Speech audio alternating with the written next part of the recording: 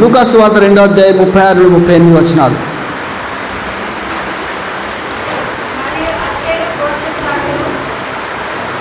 చదవండి.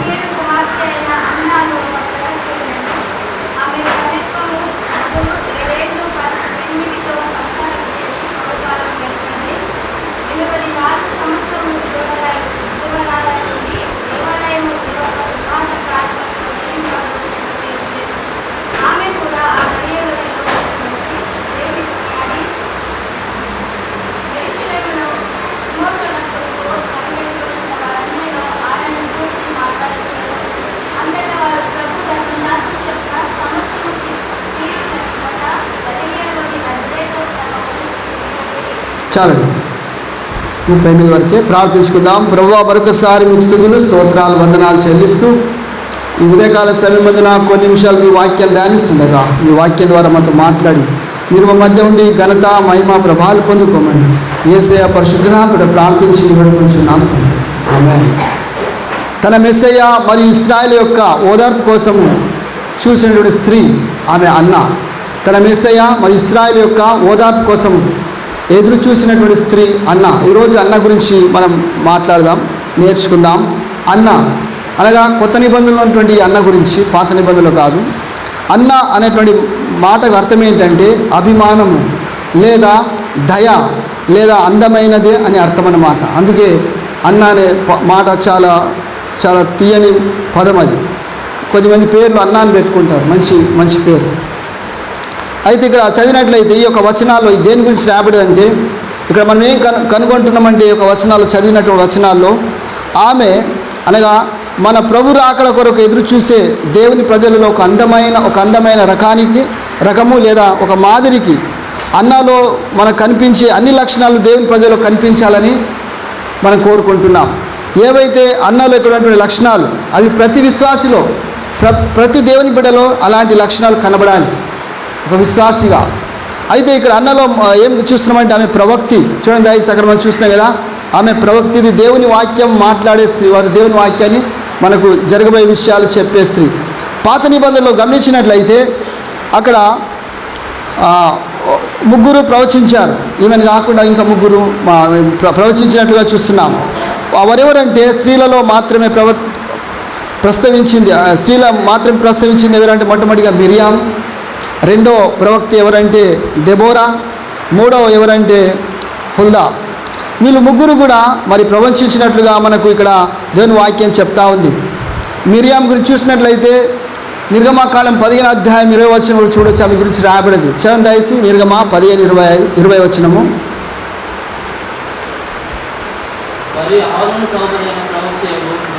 ప్రవక్తియగు మిరియాము అని గురించి రాయబడిదా?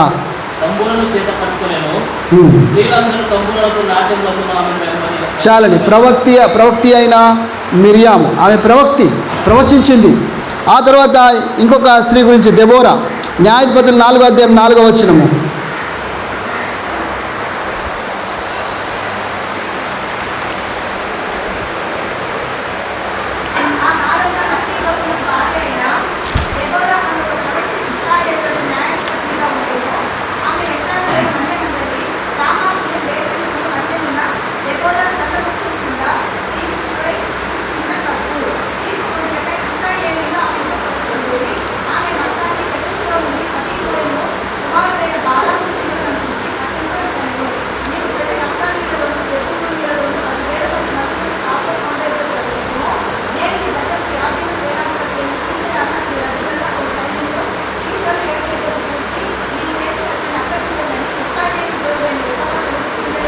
చాలండి.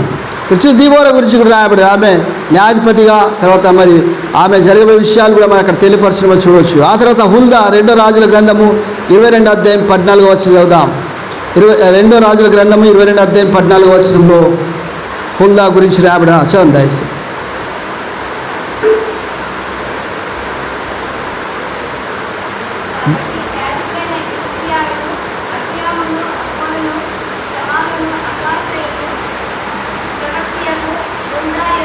ప్రవక్తియగు హుల్దా. చూడండి, అక్కడ మరీ చూస్తున్నాం. కనుక ఇక్కడ గమనించినట్లయితే పాత నిబంధనలో అదేవిధంగా కొత్త నిబంధనలు చూసినట్లయితే ప్రవక్తి అని రాయబడింది. కనుక మొట్టమొదటిగా చూసాం ఇక్కడ 7 విషయాల గురించి రాబడ్డవి. మొదటి విషయం ఏంటంటే ఆమె తల్లిదండ్రులు, ఆమె కుటుంబం బ్యాక్గ్రౌండ్ చూద్దాం. తల్లిదండ్రులు ఎవరంటే పెనుయేల్ అనగా తండ్రి పేరు రాబడదు. పెనుయేల్ అనగా పాత నిబంధనలో హెబ్రూ పదం ఏంటంటే పెనుయేల్ అంటే దేవుని యొక్క ముఖము అనగా ఫేస్ ఆఫ్ గాడ్, దేవుని యొక్క ముఖం నుండి వచ్చినటువంటి మాట స్పష్టంగా రాబడింది. కనుక తండ్రి పెనుయేల్. మరి ఇక్కడ అన్న దైవభక్తి కలిగిన తల్లిదండ్రులతో జీవించిందమే. దైవభక్తి కలిగినటువంటి తల్లిదండ్రుల కుటుంబంలో ఆమె పెరిగి పెద్దది. దైవభక్తి కలిగినటువంటి కుటుంబంలో ఇంట్లో ఆమె పెరిగింది. చిన్నప్పటి నుండి దైవభక్తి, తర్వాత దేవుని యందు భయభక్తులు కలిగినటువంటి కుటుంబంలోనే ఆమె చిన్నప్పటి నుండి పెరుగుతూ పెద్దయ్యారు. కనుక ఆమె దేవుడు అంటే ఆమెకు ఎంతో భయము, దేవుడు అంటే ఎంతో భక్తి. అటువంటి ఒక మంచి కుటుంబంలో వచ్చినటువంటి ఒక స్త్రీగా మనం చూస్తున్నాం. కనుక మన పిల్లలు సురక్షితమైనటువంటి మన ఇళ్లల్లో నివసిస్తూ దైవభక్తి గల గృహాల్లో వారు కలిగి ఉండడము మనం చూస్తుంటాం ప్రాముఖ్యంగా. కానీ కొన్నిసార్లు మన కిందనే ఉంటూ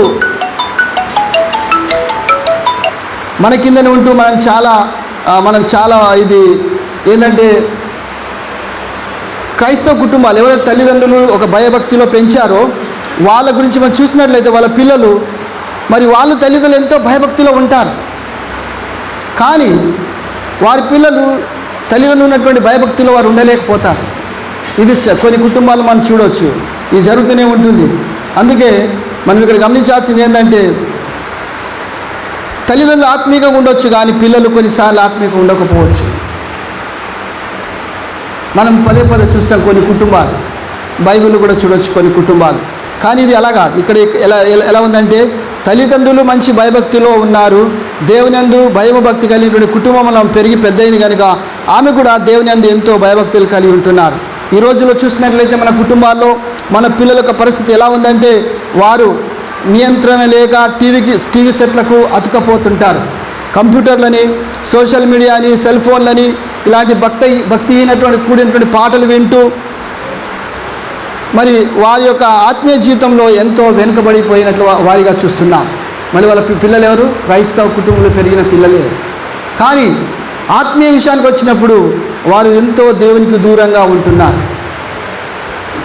అది సహజంగా మనము క్రైస్తవ కుటుంబాల్లో జరుగుతున్నట్లుగా చూస్తాం. కానీ ఇక్కడ చూసినట్లయితే అన్నను సరైన రీతిలో పెంచారు. తల్లిదండ్రులు ఎలా పెంచారు? సరైన రీతిలో పెంచారు. అందుకే ఆమె వృద్ధాపంలో కూడా దేవుని నుండి తొలగిపోలేదు. వృద్ధాపం కలిగి ఉన్నప్పటికీ కూడా ఆమె దేవునిలో ఎంతో బలంగా నాటుకుపోయినట్లుగా చూడవచ్చు. మొట్టమొదటిగా కుటుంబం యొక్క బ్యాక్గ్రౌండ్, ఫ్యామిలీ బ్యాక్గ్రౌండ్ చూసాం. రెండో చూసినట్లయితే ఆమె యొక్క స్వచ్ఛత చూడండి. దయచేసి అక్కడ 36 వచ్చి చదవండి దయచేసి. రెండో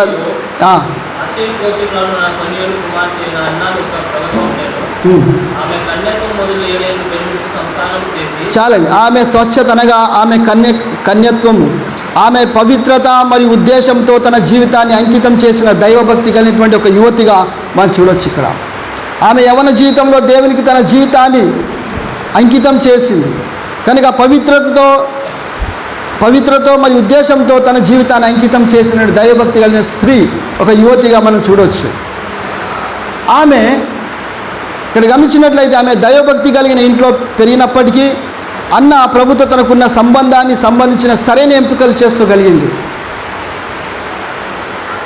కనుక ఎవరైతే గమనించాలి ఈ మాట, ఎవరైతే దేవుని నమ్ముకుంటారో హిందూ ఫ్యామిలీ బ్యాక్గ్రౌండ్ నుండి వచ్చిన వారు కానీ లేక వేరే ఇతర మతస్థుల నుండి దేవునిలోకి వచ్చిన వారు ఫస్ట్ జనరేషన్ అనగా ఎవరైతే వాళ్ళు నమ్ముకుంటారో వాళ్ళు దేవునిలో బలంగా ఉంటారు.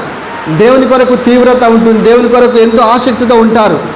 కానీ వాళ్ళ పిల్లలు రెండో తరము, మూడో తరం పిల్లలు ఏమవుతారంటే వారు చాలా సునాయాసంగా అనగా చాలా ఈజీగా తీసుకుంటారు. క్రైస్తవ పేర్లు ఉంటవి. తర్వాత వారు పుట్టింది క్రైస్తవ కుటుంబంలో కనుక వాళ్ళు చాలా సులువుగా తీసుకుంటారు. క్రిస్టియన్ లైఫ్ అంటే చాలా ఈజీగా తీసుకుంటారు. కానీ వాళ్ళ తల్లిదండ్రులు దేవుని యందు ఎంతో బలంగా, విశ్వాసంలో దృఢంగా మరి దేవుని యందు భయభక్తులు కలిగి ఉంటారు. కానీ వారి పిల్లలు అంత ఎంతో ఈజీగా తీసుకుంటారు. అందుకే చూసిన ఆమె దైవభక్తి కలిగి ఇంట్లో పెరిగినప్పటికీ అన్న ప్రభుత్వం తనకున్నటువంటి సంబంధించినటువంటి సరైన ఎంపిక చేసుకోగలిగింది, సరైన నిర్ణయం తీసుకోగలిగింది. క్రైస్తవ కుటుంబంలో జన్మించడము ఒక ఎత్తు అయితే మరి క్రీస్తుని నమ్మి ఆయనందు విశ్వాసం ఉంచి కొనసాగించడం ఇంకో ఎత్తు. అవునా కదా? క్రైస్తవ కుటుంబంలో జన్మించడం అది ధన్యత, అది గొప్ప భాగ్యము. ఎందుకంటే వారికి సువార్త కానీ, సండే స్కూల్ కానీ, దేవుని వాక్యం కానీ, సంఘం కానీ వారికి అందుబాటులో ఉంటుంది. వారు వెళ్తూ ఉంటారు. నేను అన్యజనులు వచ్చాను, నాకు సండే స్కూల్ తెలియదు చిన్నప్పటి నుండి, కనుక నాకు అలాంటి అవకాశం లేదు. కానీ మా పిల్లలు మా కుటుంబంలో పుట్టారు కనుక వాళ్ళు చిన్నప్పుడు సండే స్కూల్ రావడం కానీ, వాక్యం వినడం కానీ, మరి సంఘంలో రావడం కానీ జరుగుతూ ఉంది. కనుక వాళ్ళు ధన్యులు. కనుక వారు దాన్ని ఎలా అంటే ఈజీగా తీసుకోకూడదు. అలా తీసుకుంటే వాళ్ళు మోసపోతారు, నరకానికి వారే వెళ్తారు. కానీ ఇక్కడ ఏం చూస్తున్నామంటే ఆమె తన కుటుంబము మరి ఇతరుల తన సంబంధించినటువంటి సంబంధ విషయంలో ఆమె చక్కగా మరి నిర్ణయం తీసుకున్నట్లుగా చూస్తున్నాం. అంతేకాకుండా ఆమె తనను తాను ఎంతో స్వచ్ఛంగా ఉంచుకోగలిగింది. ఎందుకంటే ఇది కేవలం అమ్మాయిల విషయమే కాదు, ఇది అబ్బాయిలకు కూడా రాయబడేది. ఎందుకంటే హృదయంలో యవనస్తులు మరియు యువతులు తమ హృదయంలో లోకం యొక్క పాపభరితము లేదా శరీర కోరికలు అపవిత్రం చెందకుండా ఉండాలనే ఉద్దేశంతో మరి ఉండాలి. యవనిచ్చలు ఉన్నవి, మనకు శరీరేచ్ఛలు ఉన్నవి, మనుజాశలు ఉన్నవి, లోకాశలు ఉన్నవి. మనం ఎన్నో విధాలుగా ఆకర్షింపబడతాం. ఈ లోకంలో ఉన్నప్పుడు ఎన్నో ఆలోచనలు, ఎన్నో ఆశలు, ఎన్నో కోరికలు. అయినప్పటికీ వీటన్నిటికీ భిన్నంగా మనం ఎప్పుడైతే దేవుని భయం మనలో ఉంటుందో వీటన్నిటికీ చోటు అనేది ఉండదు. కనుక కొద్దిమంది ఈ యొక్క వాక్యాన్ని ఆదరణ చేసుకుంటారు. ఏమంటే బాలురు సొమ్మసిల్లుదురు, యవనస్తులు తప్పక త్రొట్టిల్లుదురు, యువ కొరకు కనిపెట్టుకున్న వారు నూతన బలము నొందెదరు. ఆ రాయబడిగా యవనస్తులు తప్పక త్రొట్టిల్లుదురు, నేను త్రొట్టిల్లాను. అదిగా సందర్భం. కనుక మనము అలా ఆ యొక్క వాక్యాన్ని ఆదరణ చేసుకొని అలా చేయకూడదు, తప్పది. బైబిల్లో రాయబడింది కదా, యవనస్తులు తప్పక నేను తొట్టిల్లాను. బైబిల్లో చెప్తా ఉంది. కానీ అది ఆ విషయం అక్కడ కాదు. దావీదు తొట్టిల్లాడు, పేతురు తప్పు చేశాడు, మరి సంసోను పాపం చేశాడని చెప్పి వాళ్ళని మనం సాకుగా పెట్టుకొని మనం తప్పిదంలో జీవిస్తాం. కానీ ఇలాంటి వారు కూడా బైబిల్లో ఉన్నారు. అన్నను తీసుకోండి ఒక మాదిరిగా. ఆమె ఎలాంటి జీవితం జీవించింది? స్వచ్ఛంగా జీవించింది. కన్యత్వం కలిగి ఆమె నడుచుకున్నట్లుగా మనం చూడవచ్చు. కనుక ఆమె యొక్క పాపభరితం లేదా శరీర కోరికలన్నింటినీ దూరపెట్టింది. అపవిత్రమైన జీవితానికి ఆమె దూరంగా ఉన్నది. కొన్నిసార్లు మనం పవిత్రమైన జీవితం జీవించడానికి ఎంతో కష్టపడతాం. కానీ క్రీస్తు మనట ఆయన ఒక మాదిరిగా ఒక జీవితాన్ని జీవించి మనకు మాదిరిగా పెట్టి వెళ్ళాడు. ఏదైతే మనం చేయలేమో దేవుడు అది మనకు చేయాలని చెప్పడు. క్రీస్తు అన్నీ చేశాడు. క్రీస్తు శోధనను జయించాడు. అవును, క్రీస్తుకు నేత్రాశ రాలేదా? జీవకుడంబం రాలేదా? తర్వాత శరీరాశాలు రాలేదా? వచ్చాయి. కానీ వాటిని జయించాడు. మరి యేసుక్రీస్తు 40 రోజులు ఉపవాసం ఉన్నప్పుడు ఏం జరిగింది? ఆయనకి నేత్రాశ వచ్చింది, జీవకుడంబం వచ్చింది. ఆ తర్వాత సాతానుడు వచ్చి శోధించాడు. 3 విధాలుగా సాతానుడు ఆయన శోధించాడు. కానీ ఆయన శోధనను జయించాడు. మనలాగా ఒక సామాన్యమైన వ్యక్తి, అనగా ఆయన మనలాగా ఒక వ్యక్తే, శరీరం కలిగినటువంటి వ్యక్తే. కనుక ఆయనను ఆ సమస్యలు శోధించాడు. మూడోది, ఆమె జీవితంలో నేర్చుకోవాల్సిన 3వ పాఠం ఏంటంటే ఆమె సమస్యలు. క్రైస్తవులకు మరి దేవుని నమ్మిన బిడ్డలకు సమస్యలు సహజంగా వస్తూనే ఉంటవి. 7 సంవత్సరాలు ఆమె విధవరాలుగా, చూడండి వచ్చిన చదవండి.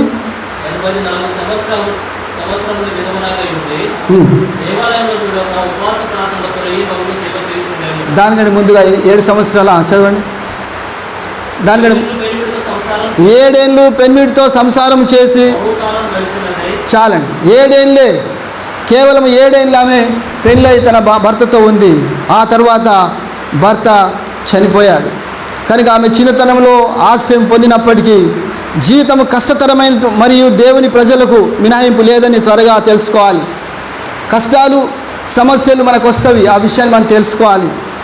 కనుక మరి ఆమె జీవితంలో చిన్నప్పటి నుండే కష్టాలు ఎదుర్కొన్నది. భర్త కోల్పోయింది, చిన్న వయసులోనే పెళ్ళయింది. భర్తను కోల్పోయి కేవలం 7 సంవత్సరాలే ఆయనతో కలిసి జీవించింది. మరి ఆమె పిల్లల గురించి ఏం రావలేదు. కానీ ఆమె చివరికి ఏం చేసింది? దేవుని ఆశ్రయించింది. దేవుని ఆలయాన్ని ఆశ్రయించి దేవుని మందిరానికి వచ్చినట్టుగా చూస్తున్నాం. కనుక ఇప్పటికీ నీతిమంతురాలై అన్యాస్తులైనను మరి దేవుడు ఎలాంటి వాడంటే మన దేవుడు పక్షపాతం లేనివాడు, అనగా నీతిమంతుల మీదను అనీతిమంతుల మీదను వర్షం కురిపించే దేవుడై ఉంటున్నాడు. సమస్యలు అందరికీ వస్తాయి. అది దేవుని వాక్యం ఏముంటుంది? మనం ఎప్పుడైతే నీతిగా భక్తిగా జీవించాలనుకుంటామో మనకు తప్పకుండా శ్రమలు వస్తాయి. అంటే మరి ఈ శ్రమల నుండి తప్పించుకోవడానికి మనం నీతిగా భక్తిగా జీవించొద్దా? జీవించాలి. వాటిని ఎదుర్కోవాలా? అవును, ఎదుర్కోవాలి. సమస్యల్ని మనం ఎదుర్కోవాలి. దేవుడు ఏమంటున్నాడు? నువ్వు ఎంత నీకు శోధన వచ్చినా కానీ నువ్వు ఎంత తట్టుకోగలవో అంతే, అంతకంటే అధికంగా నువ్వు శోధింపబడవు అంటున్నాడు దేవుడు. దేవుని తెలుసు నువ్వు ఎంత ఓర్చుకోగలవు, నువ్వు ఎంత తట్టుకోగలవో అంతకంటే ఎక్కువగా నేను దేవుడు శోధింపనీయడు. దేవుడు అన్యాస్తుడు కాదు, దేవుడు నమ్మదగిన వాడు. ఎంతైనా ఆయన నమ్మదగిన దేవుడే. శోధన నుండి తప్పించుకునే ఒక మార్గాన్ని కూడా దేవుడు నీకు ఏర్పరుస్తాడు. ఆమెకు సమస్యలు వచ్చాయి. పెళ్ళి 7 సంవత్సరాల తర్వాత తన భర్తను కోల్పోయింది. అన్న ఎప్పుడు దేవునికి వ్యతిరేకంగా కోపపడినట్లుగా మనం చూడలేదు. ఆమె దేవునిపై కోపపడడం కానీ దేవుని విడిచి వెళ్ళిపోయినట్లుగా మనం చూడలేదు. కనుక ఆమె భర్తను కోల్పోయినా కానీ ఆమె దేవునికి వ్యతిరేకంగా ఏ పాపం చేయలేదు. ఆ తర్వాత ఆమె దేవుణ్ణి లేదా ఇతరులను నిందించినట్లుగా మనం ఇక్కడ చూడడం లేదు. ఆమె ఎవరిని కూడా నిందించలేదు, అనగా ఎవరిని నిందించలే. ఆమె భర్తను కోల్పోయిన తర్వాత ఆమె ఎవరిని ఇతరులను కూడా నిందించకూడదని ఆమె నిర్ణయించుకున్నది. చూడండి, అది లక్షణాలు ఉండాలి. మనం ఎక్కువ నిందించేది ఎవరిని? ఈజీగా నిందించేది ఎవరిని? సాతాన్ని నిందిస్తాం. ఫస్ట్ సాతానుడు, ఆ తర్వాత దేవుడు, మూడవది దేవుని ప్రజలే. ప్రతిదీ సాతానుడే. ఇలా ఎందుకు జరిగింది? సాతాను. అవ్వ కూడా అలా చేసింది కదా. ఆదాం అవ్వలు కూడా ఎవరిని ఒకరిపై ఒకరు నిందించుకున్న తర్వాత చివరికి ఎవరిని నిందించారు? సాతాను, సర్పాన్ని. కనుక మరి ఈమె ఎవరిని కూడా నిందించలేదు. ఆమె అనుభవిస్తూ మరి ఏం చేసి చివరి 4వ విషయం అక్కడ చూసినట్లయితే ఆమె నష్టాన్ని చెవి చూసి కూడా దేవుణ్ణి సేవిస్తూనే ఉన్నది. ఆమెకు నష్టం వచ్చింది, ఆమె కష్టం వచ్చింది, అయినా ఆమె అదంతా చెవి చూసి దేవుని విడిచిపెట్టలేదు, దేవుని సేవిస్తూ ఉంది. కొద్దిమంది విశ్వాసం నుండి వైదొలిగిన వారు కూడా ఉన్నారు కష్టాలు వచ్చినప్పుడు. దేవుని నమ్ముకున్న తర్వాత మాకు ఇన్ని కష్టాలు వచ్చాయి, మాకు దేవుడు వద్దు, ఏమొద్దు, దేవుడే లేడని చెప్పి అలాంటి వారు కూడా ఇంకా ఈ లోకంలో ఉన్నారు. కనుక మరి ఈమెనైతే భిన్నంగా ఆమె జీవితాన్ని చూస్తున్నాం. ఎన్నో కష్టాలు వచ్చాయి, ఎన్నో సమస్యలు వచ్చాయి, అయినా కానీ ఆమె దేవుని విడిచి వెళ్ళలేదు, ఆయననే సేవిస్తూ ముందు సాగినట్లుగా చూస్తున్నాం.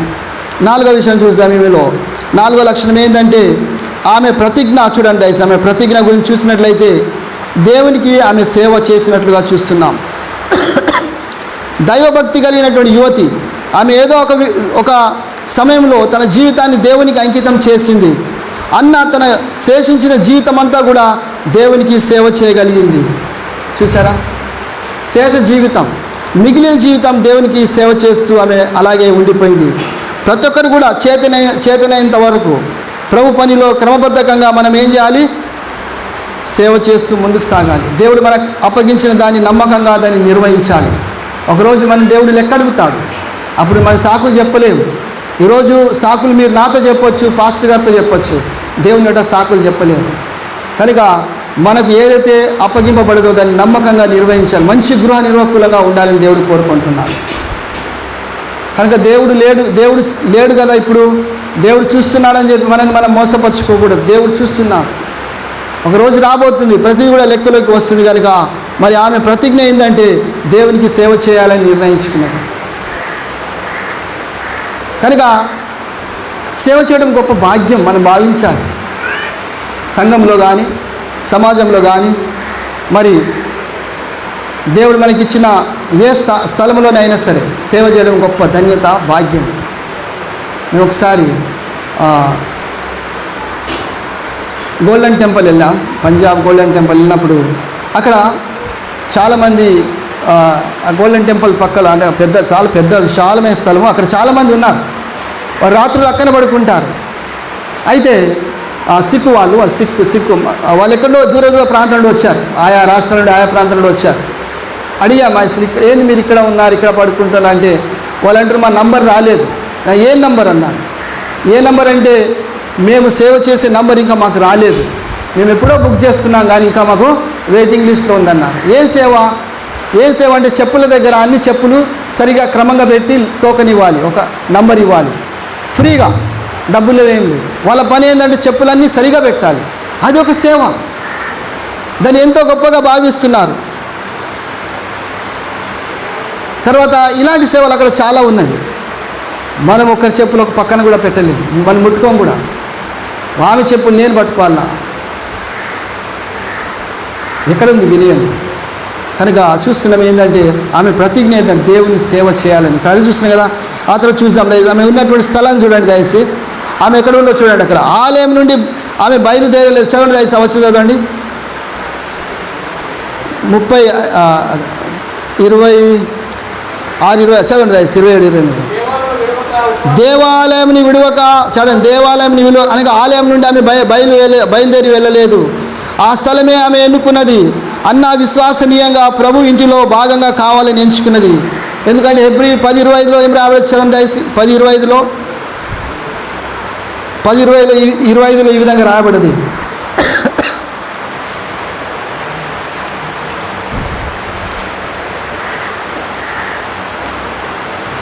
హెబ్రీ 10:25 ఏం రాబడింది? కొందరు మానుకున్నట్లుగా మానక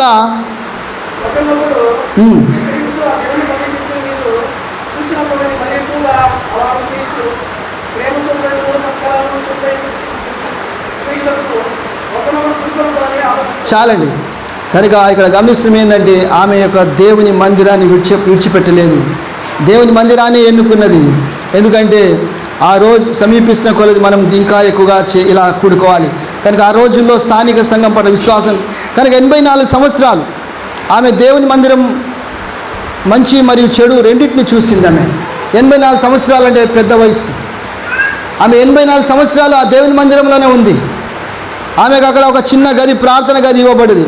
ప్రార్థన మందిరం కనుక అక్కడ ఎన్నో విషయాలు ఆమె గమనించింది, ఎన్నో విషయాలు ఆమె తెలుసుకున్నది. అన్న స్పష్టంగా ఆలయ ప్రాంగణంలో తన విశ్వాస గృహాన్ని కలిగి ఉన్నది. ఎందుకంటే ఆమె ప్రవక్తి, ఆమెకు ఒక స్థలం ఇచ్చారు. అది మందిరం ఆవరణం చాలా పెద్దది కనుక ఎన్నో గదులు ఉన్నవి. ఆమెకు ఒక గది ఇచ్చారు. ఎందుకంటే ఆమె మరి అక్కడ యాజకులకు ఇలాంటి వారికి ఒక గదులు ఇచ్చేవారు. కనుక ఆ రోజుల్లో ఆమెకు అలాంటి ఒక నివాసం స్థలం ఉండేది. మరియు అన్న ప్రవక్తి అసాధారణమైనటువంటి హోదా కారణంగా ఆమె శాశ్వతంగా అక్కడనే నివసించడానికి అనుమతించారు. కనుక ఆమె అక్కడనే 84 సంవత్సరాలు దేవుని మందిర ఆవరణంలో ఉన్నట్లుగా చూస్తున్నాం. ఒక సంవత్సరం కాదు, 2 సంవత్సరాలు కాదు, 84 సంవత్సరాలు చాలా చాలా కాలం. కనుక 84 కీర్తన రాబడి కదా. యెహోవా మందిరంలో నివసించువారు ధన్యులంట. యెహోవా మందిర ఆవరణంలో నివసించువారు ధన్యులు. ఒక దినం దేవుని సన్నిధిలో గడుపుట 1000 దినముల కంటే శ్రేష్టము. ఆమె 84 సంవత్సరాలు దేవుని మందిరంలో ఉంది. ఎన్నో అనుభవాలు, ఎన్నో మంచి చెడులు చూసింది. అక్కడ జరిగిన సంఘటనలన్నీ కూడా ఆమె కళ్ళతో చూసింది. అక్కడ ఎన్నో మోసాలు జరిగాయి, ఎన్నో అన్యాయాలు జరిగాయి. అయినా కానీ ఆమె చూస్తూనే ఉండిపోయింది. కనుక చూడండి, ఆమెలో ఉన్నటువంటి లక్షణాలు చూస్తున్నాం. ఆమె దేవుని యొక్క స్థలాన్ని, ఆ యొక్క మందిర ఆవరణాన్ని విడిచి ఎప్పుడు కూడా బయటకు వెళ్ళలేదు. ఎందుకంటే రాబోయే మెస్సయ్య కొరకు ఆమె ఎదురు చూస్తుంది. ఆదరణకర్తగా వారి ప్రజలను ఆయన ఓదారుస్తాడు, పాపాల నుండి విడిపిస్తాడు. అదే అధ్యాయంలో చూసినట్లయితే ఇంకా ముందు వచనాలు ఏం రాబడి అంటే ఒక వ్యక్తి గురించి రాబడి. చూడండి 25వ వచనం చదవండి. అక్కడ 2వ అధ్యాయం 25వ వచనము. ఉండేను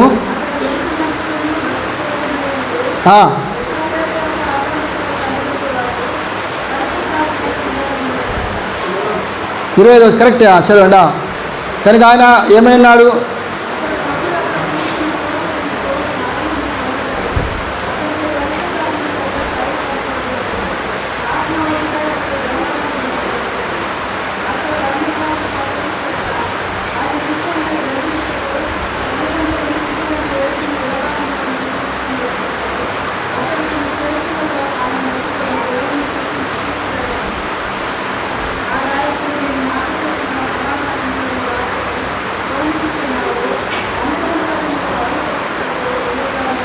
చాలండి.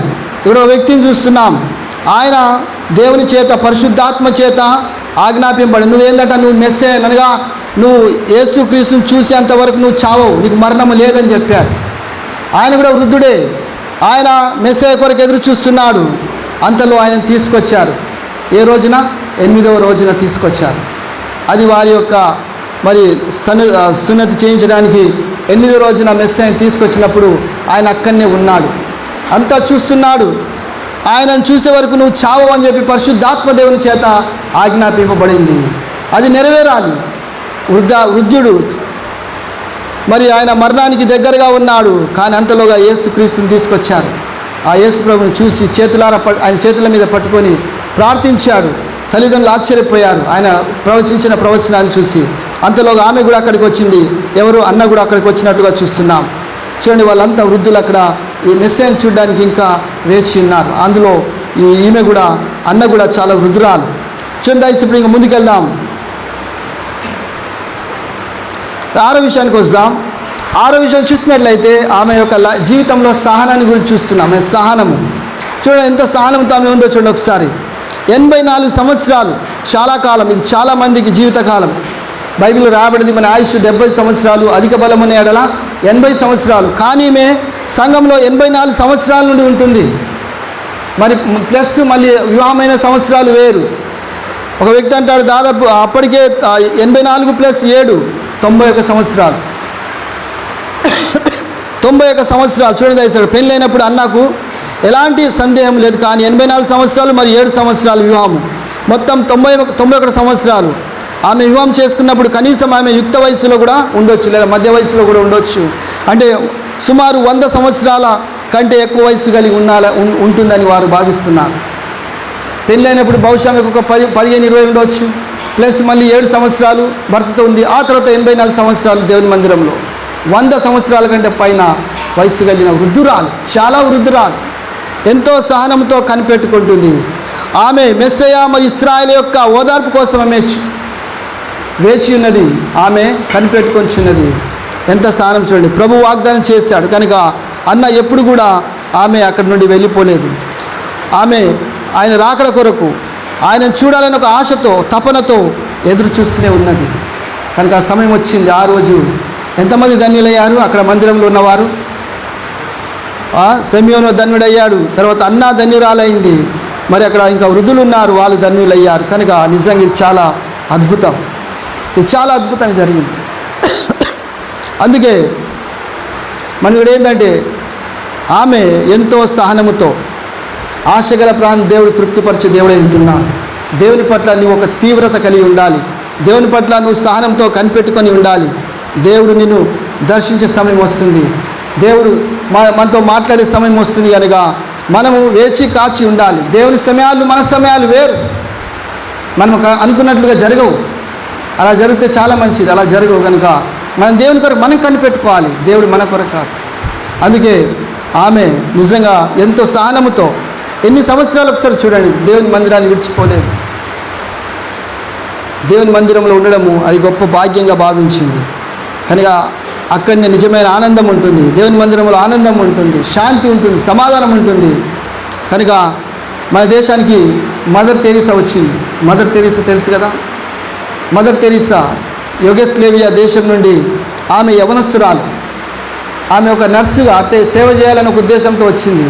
ఆమె వచ్చి మళ్ళీ వెళ్ళాలనుకుంది. కానీ భారతదేశానికి వచ్చి ఆమె వెళ్ళినటువంటి ప్రాంతం కలకత్తా, ఆ యొక్క వెస్ట్ బెంగాల్ కలకత్తా ప్రాంతంలో ప్రజల్ని చూసింది, వాళ్ళకు ఉన్నటువంటి వ్యాధిని చూసింది, వాళ్ళు పడుతున్నటువంటి కష్టాలు చూసింది. ఆమె హృదయం చాలా బాధతో నిండి ఆమె నిర్ణయం తీసుకుని ఏంటంటే నేను ఇక్కడనే సేవ చేస్తూ ఉండిపోతున్నాను. కుష్ఠరోగుల మధ్య సేవ చేసేది, వృద్ధులు అనాథలకు ఇంటింటికి వెళ్ళి అన్నం అడుకొని వాళ్ళకు అన్నం పెట్టేది. కానీ ఆమె వివాహం చేసుకోకుండా ఇక్కడనే ఉండి మరి ఆమె జీవితం అంతా ప్రజలకు అంకితం చేసి చివరికి చనిపోయింది. మదర్ తెరీసా చాలా వృద్ధురాలు, వృద్ధాపంలో చనిపోయింది. ఇక్కడ ఎందుకు చెప్తున్నా అంటే ఆమె కూడా ప్రజసేవ చేసింది. ఆమె ఎంతో గొప్ప సేవ చేసింది. భారతదేశంలో కానీ ప్రపంచంలో ఆమెను గుర్తింపు పొందింది, అవార్డులు ఇచ్చారు, ఆనర్ చేయబడ్డది. కనుక మనుషులు చూశారు ఆమె సత్క్రియలు, మరి ఆమెను ఎంతో సన్మానించారు. కానీ ఈమె చేసినటువంటి కార్యాన్ని దేవుడు చూశాడు.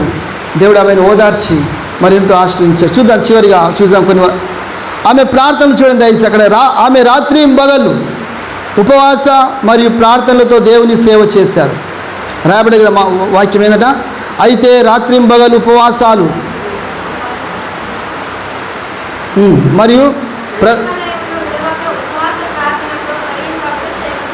రయింబగలు సేవ చేయుచున్నది. ప్రభు కోసం ఎంతో పరిచర్య చేసింది. ప్రార్థన మాత్రమే కాదు, ఉపవాసం మరియు అనేక సార్లు ఆమె తన యొక్క ఉపవాసాలతో దేవునితో సావాసాన్ని కలిగి జీవించింది. ఆమె మరి సేవ పరిచర్య చేస్తూ సంఘంలో ఉండిపోయినది. కానీ ఆమె చూడండి దయచేసి కేవలం ప్రార్థనలే కాదు కానీ ఉపవాస ప్రార్థన చేసింది. ఎవరి కొరకు? కనుక మనం ఇక్కడ గమనించాల్సింది ఏంటంటే ఒక విషయము, ఆమె ప్రార్థన పర్రాలు. వృద్ధులు ఎలా ఉండాలంటే సంఘంలో కానీ, వృద్ధులని కాదు ప్రతి ఒక్కరు స్త్రీలు ఎలా ఉండాలి? వారు ప్రార్థన పరులుగా ఉండాలి. సమయం దొరికినా కొలది మనం ఎక్కువ ప్రార్థనలో సమయం గడపాలి. ప్రతి సంఘంలో కొద్దిమంది ప్రార్థన పరులు ఉంటారు. వాళ్ళ సమస్యలు వారికి చెప్పుకుంటారు. ఎందుకంటే వారు జీవించే జీవన విధానాన్ని బట్టి, వారి ప్రార్థన జీవితాన్ని బట్టి వారు ఉపవాస కన్నీటి ప్రార్థనలు, గొలుసు ప్రార్థనలు చేస్తారు కనుక వాళ్ళ సమస్యలు వారితో పంచుకుంటారు. అప్పుడు వారికి కొంచెం దేవునిపై నమ్మకం కలిగి ఉంటారు. అందుకే ప్రతి సంఘంలో ఒక ప్రేయర్ టీం ఉండాలి. సమస్యలు వచ్చినప్పుడు కష్టాలు ప్రార్థించేవారు ఉండాలి. ఇక్కడ అన్న అయితే ఆమె దీవారాత్రంబులు, ఆమె ఎన్నిసార్లు ఉపవాసం ఉందో, ఏం తిన్నదో ఏం తినలేదో మనకు తెలియదు. కానీ చాలా మట్టుకు ఆమె సమయము, అందుకే కొన్నిసార్లు ఆమె దేవుని వాక్యం ఏమంటుంది? మత్తయి రాసిన సువార్త 4వ అధ్యాయం 4వ వచనంలో దేవుని నోట నుండి వచ్చి ప్రతి మాట ఏం చేస్తున్నాడు మనను. కనుక మనుషుడు రొట్టె వల్ల మాత్రమే కాదు కానీ దేవుని నోట నుండి వచ్చి ప్రతి మాట వల్ల మనం జీవిస్తాం.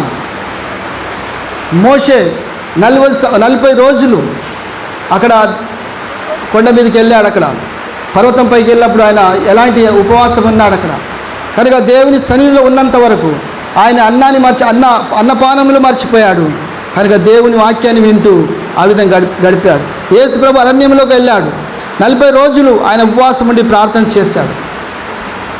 కనుక ఇక్కడ అన్న కూడా మరి ఎన్ని రాత్రింబగలు దేవునితో సమయం గడిపిందో మనకి ఇక్కడ స్పష్టంగా రాయవలే. కానీ రాత్రింబగలు అన్నపానములు లేకుండా ప్రార్థనలతో సమయం గడుపుతూ మరి దేవునితో సరైన సావాసం కలిగి ఉన్నది.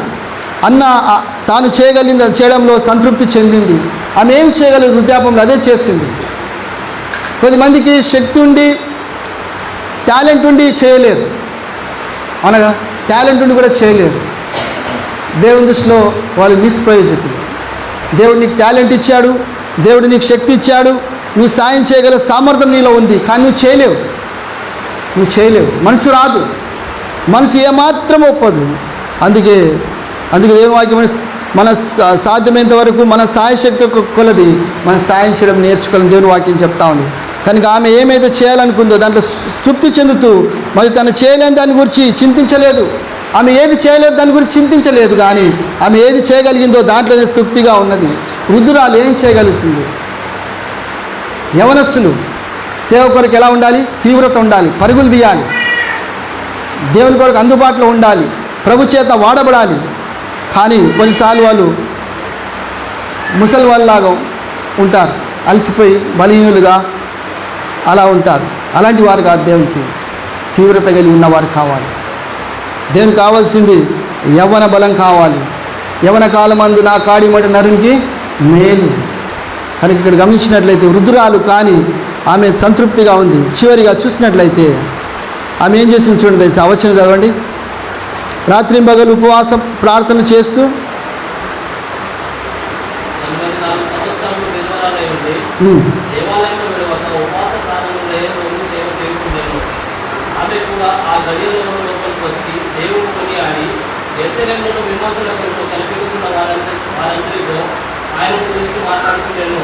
చూడండి, ఆమె స్తోత్రములు చేసి అనగా ఆ క్షణమే దేవునికి స్తోత్రాలు చెల్లించింది. ఆ క్షణమే తక్షణమే ఆమె వచ్చి ప్రభు కృతజ్ఞతాస్తులు చెప్పి యెరూషలేములో విమోచనం కోసం ఎదురు చూస్తున్న వారందరితో ఆయనను గూర్చి మాట్లాడింది. ఆయన గురించి బోధించి చెప్పింది. ఏమంట అక్కడ ఆమె దేవునికి స్తోత్రాలు కృతజ్ఞతాస్తులు చెల్లించింది. ధన్యురాలని ఆమె తాను అనుకున్నది. ఎందుకంటే ఆమె ఏ సమయం కొరకైతే ఏ గడియ కొరకైతే ఎదురు చూస్తుందో ఆ గడియ వచ్చింది, ఆ సమయం వచ్చింది. కనుక ఆయన ఎప్పుడైతే ఆ యేసు ప్రభువుని ఆమె చూసిందో ఆ క్షణమే దేవునికి స్తోత్రాలు కృతజ్ఞతాస్తులు చెల్లించింది. ఎందుకంటే విమోచకుడు, ప్రజలను విడిపించేవాడు, వారి పాపము నుండి ప్రజలను విడిపించే మెస్సయ వచ్చాడని చెప్పి ఆమె అక్కడ చెప్తా ఉంది. కనుక ఇక్కడ మనం గమనించాలి ఏంటంటే దేవుని వాక్యము ఇక్కడ మనం రక్షింపడ్డట్లయితే మన జీవితాలు ప్రభుని స్తుతిస్తూ ఉండడానికి మనము అంకిత భావం కలిగి ఉండాలి.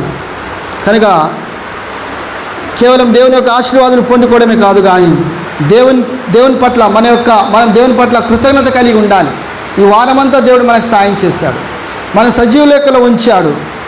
కనుక మనం దేవునికి వందనాలు చెల్లించాలి. అదే చెప్తాను, పడుకుపై పడుకోవడం, మనం పడుకోవడానికి వెళ్ళడము అది మన వంతు, మనం పడుకుంటాం. కానీ ఉదయం లేవాలా లేవద్దనేది దేవుని నిర్ణయం, దైవ నిర్ణయం. ఉదయం నువ్వు లేవాలా, నిద్రలో నువ్వు చనిపోవాలా, అది దేవుడు నిర్ణయిస్తాడు. పడుకోవడం మన వంతు, పడుకోవచ్చు. మనం కొన్నిసార్లు మనం అనుకుంటాం మనం అన్నీ చేయగలం అనుకుంటాం, కానీ చేయలేము.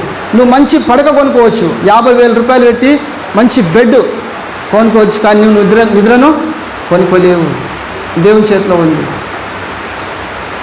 అన్నీ మనం చేయలేము, కొన్ని దేవుని చేతిలో ఉన్నవి. అందుకే మనకు విషయాలు అర్థం చేసుకోవాలి. అందుకే ఈమె తన వృద్ధాపంలో దేవుని చూసి ధన్యురాలై ఆమె దేవునికి స్తోత్రాలు చెల్లిస్తూ, కృతజ్ఞతాస్తులు చెల్లిస్తూ ఆమె ఎంతో ఆనందించినట్లుగా మనం చూస్తున్నాం. చూడండి, ఒక విశ్వాస జీవితానికి ఒక మాదిరిగా, ఒక అందమైన రకంగా మాదిరిగా ఉన్నారు. 8 లక్షణాలు చూసాము ఆమెలో ఉన్నటువంటి లక్షణాలు. నేను ముగించే ముందు జ్ఞాపకం చేస్తాను. మొట్టమొదటి ఏం చూసాం మనం ఆమెలో ఉన్నటువంటి లక్షణము చెప్పాలి.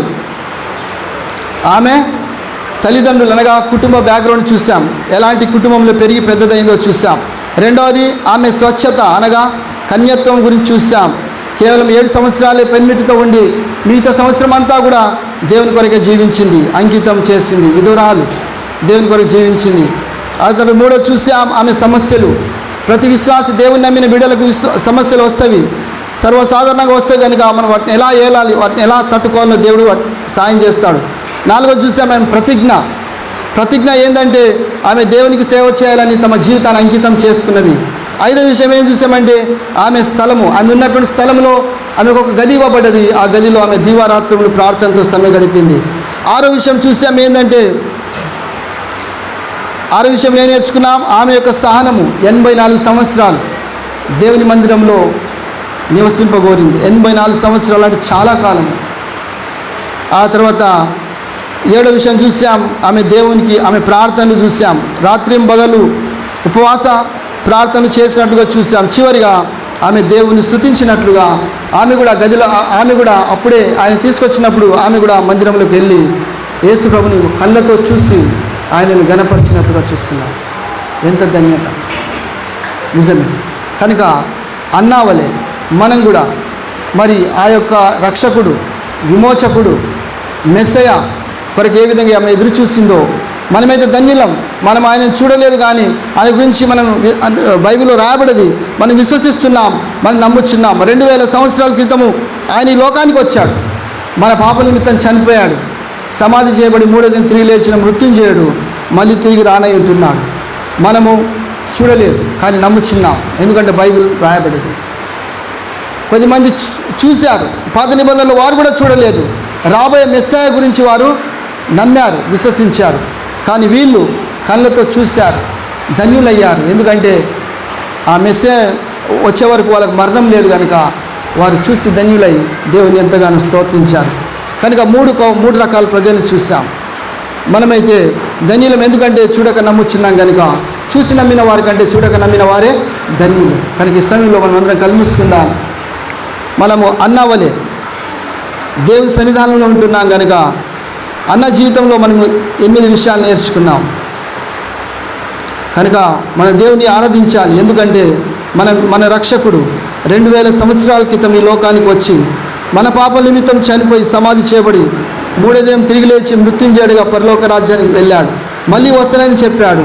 దాన్ని బట్టి మనకి ఇవ్వబడేటువంటి సువార్త విషయాన్ని బట్టి గొప్ప శుభవార్తమానాన్ని మనం విన్నాం.